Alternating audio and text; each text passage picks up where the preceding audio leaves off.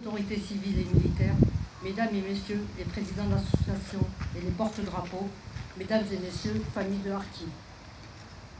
Permettez-nous d'abord, en cette année où l'Office national des anciens combattants fête son centenaire, d'avoir une pensée pour tous les anciens combattants de toute guerre, les soldats en opération extérieure, ceux morts pour la France ces dernières années, ainsi que toutes les victimes d'attentats.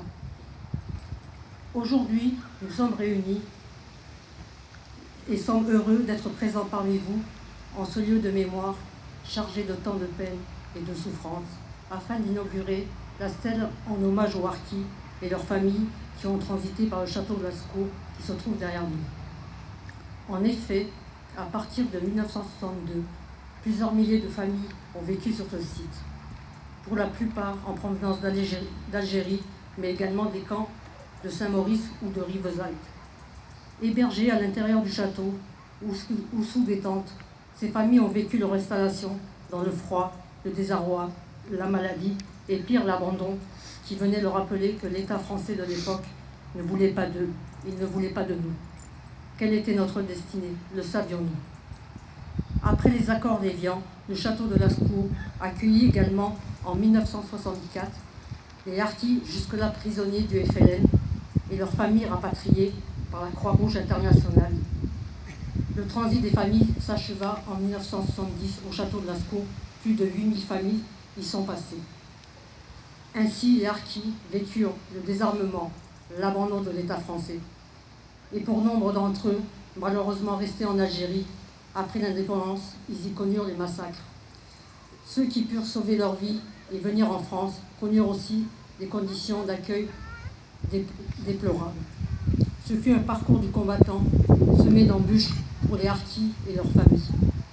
Faut-il rappeler qu'ils ont tout quitté, leur terre natale, leur famille et leurs racines, eux qui avaient fait le choix de la France. 54 ans ont passé. Aujourd'hui, encore la blessure est toujours présente et inscrite dans notre mémoire collective. Aujourd'hui encore, les harkis et leurs descendants sont victimes d'injures, et injurier l'harki, c'est injurier tous les Français. Aujourd'hui encore, le drame douloureux des harkis reste encore trop méconnu du grand public et des livres d'histoire, car un peuple sans mémoire est un peuple sans avenir. Le 25 septembre dernier, journée d'hommage national aux harkis, le président de la République rappelait affirmer, au nom de la République, la reconnaissance des responsabilités des gouvernements français dans l'abandon des harkis, des massacres de ceux restés en Algérie et des conditions d'accueil inhumaines des familles transférées dans les camps en France. Il ajoutait « La France n'est jamais à la hauteur de son histoire lorsqu'elle se détourne de la vérité.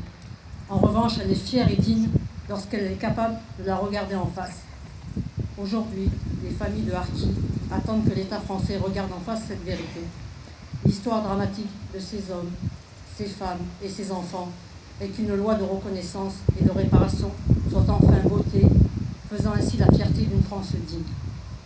C'est alors seulement que nous pourrons transmettre notre histoire et sa mémoire aux générations futures dans le respect mutuel et la paix.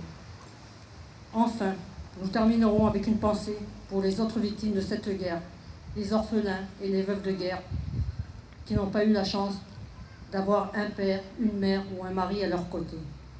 Mais également en rendant un hommage appuyé à nos harkettes, nos mères, nos sœurs, nos épouses, ces femmes fortes et courageuses qui ont fait preuve de patience, de soutien et d'amour au quotidien. Un grand merci à elles.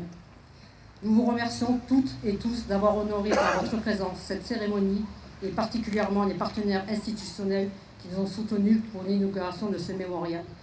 La mairie de Laudun, M. Prat, député du Gard, l'Office national des anciens combattants, la mairie de Nîmes, la direction des mémoires, du patrimoine et des archives. Je vous remercie.